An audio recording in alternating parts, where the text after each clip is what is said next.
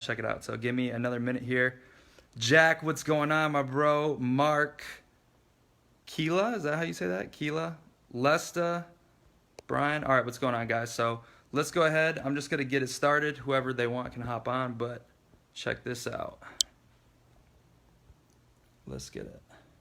What's up, guys? Today we are at Grays Lake North High School, where my whole basketball career started. I'm back here on the court where it all went down because I need to make a point today that you need to hear.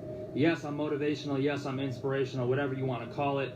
And that's because, not just because I've looked up things on the internet, it's because I've experienced it. I've experienced denial. I've experienced being shut down, starting from the bottom and having to accelerate up. And I understand what it takes to get certain places. So what I want to talk about today is allow you to understand, or allow you to question yourself and say, who is it that is determining my worth and my value? Because in 7th and 8th grade, the person determining my value told me I wasn't good enough at the game that I loved. And today, I want to quickly touch on that story and remind you that with perseverance, you can do anything. Not just perseverance, but also to be aware of who's determining your worth. So for me, going back to 7th grade at Grays Lake Middle School, I tried out for the basketball team, for the game that I love, for a sport that I've been playing since the 2nd grade. I'm 6'5", I'm a taller guy, right? So I should have the natural ability. I tried out 7th grade, and I wasn't good enough. I didn't make the team. I was cut. I tried out 8th grade. Once again, I put in more work in the summer. I prepared. I'd play in gym. I was making threes left and right. I was one of the better players. 8th grade, I still got cut. All my peers made the team, and they were in disbelief that I did not make the team because people who were lesser players than me made the team. So 7th and 8th grade, I am cut from the team. I did not make it. What I want to share with you now is the point is I could have quit. I could have thrown in the towel and said, you know what? Maybe I'm not good enough to play the game that I love. Maybe basketball isn't for me. But what I realize now, which I didn't even realize then, is that the person who was evaluating my talent wasn't necessarily warranted to tell me how good I am at basketball. This was a woman's 7th grade history teacher. And no disrespect that she's a woman, but she didn't play college basketball. So who's to say that she's an evaluator of my talent and where I'm going to go lifelong in the sport of basketball? So really, at that moment in time, I could have quit. I could have thrown in the towel and said, you know what, I'm probably not good enough. I didn't make the team then. What makes me think I'm going to make it at a higher level in high school? But nonetheless, I progressed, and that's why I'm here, because this is where it all happened for me. And if I would have given up, I never would have made it. So let me quickly run you through my story and round up on my point on what you need to be doing.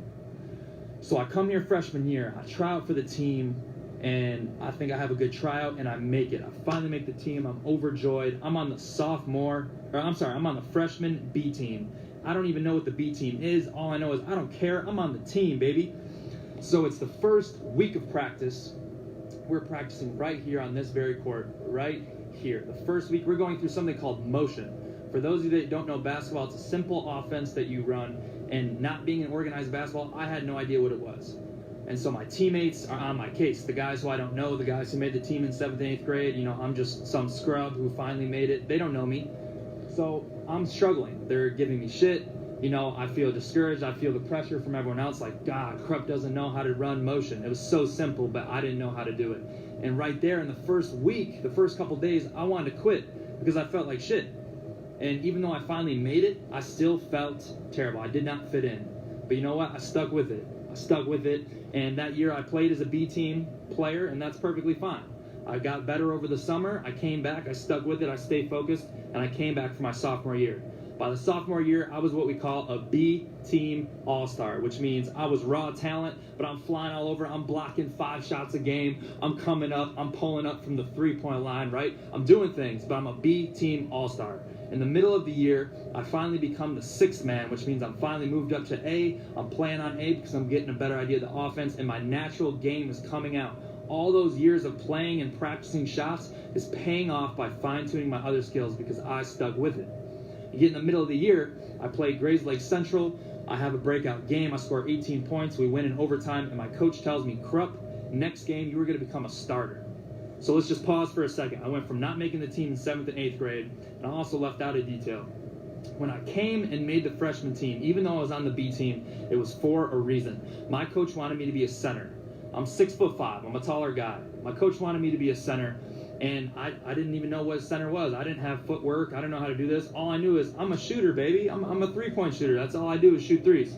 And he told me, Krupp, you are a big man. You will always be a big man. You will never be a shooter. You need to stop shooting threes. That's what I've been doing my whole life. So I was told I would never be a shooter at that moment, but I stuck with it. I played on the B team. I moved on to the next coach. Finally recognized my talent. When I scored that 18 points, I had 3 threes, and it was okay. I was able to be a shooter. So I finished my sophomore year. I come up to junior year of high school. We're going to head over to the other gym now. My junior year of high school, I come in for summer practice. I'm shooting actually right at this spot right here. I remember everything from a visual memory.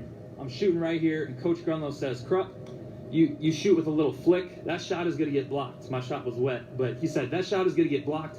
You need to change your form if you ever want to play for me on this varsity team. So I had that pressure on me. I played junior year. My 3, I didn't change it. It went down. It didn't get blocked. I showed him, I proved him wrong. So my junior year, I improved. And there's a couple things I did. 1, I became a starter on the varsity basketball team my junior year. So not making it to starter. 2, at the end of the year, we had a 3-point shootout. It was a county thing, a regional thing for all of Illinois, and the best 3-point shooters would go to a contest, and they would shoot and compete, and the top scorers would move on to the next level. So we're here in the second gym where all our practices were. And so I did that 3-point shootout, and I did really well. I won the regional round, first, second round, sectional round I won. I won another sectional, and there was a final thing, the sectional finals, 1 spot away from going to state. I do that shootout, and I tie the very last person, and we have a shootout, and I lose. So I was 1 spot away from going to state as a 3-point shooter. That's my junior year. And we go to my final year of my season. My senior year of basketball, there's a lot of hype. We're a good team. I end up leading the team in rebounds, leading the team in blocks. At the time, I set the all-time block record for the school, and I was a 3-point shooter. I went to the 3-point shootout again, made it to the sectional finals again, was 1 spot away from state and eliminated again. So I didn't make it, but I made it farther than I was projected to. And finally that year, my biggest mark, my biggest thing to make a point of is I made the All-Star game. I made the All-Star game where the best players in the county go play and represent. And I actually had a significant knee injury, but if it wasn't for that injury, I would have continued to play at college at the next level. So the point of all of this is, the point of this story, the point of being here at Grays Lake North is to remind you that at different points in life, people will tell you, people who aren't validated to evaluate your talent in life will tell you what you can and can't do. And a lot of times, people like me, I didn't in this case, but other people do, decide to listen to them. And they listen to those people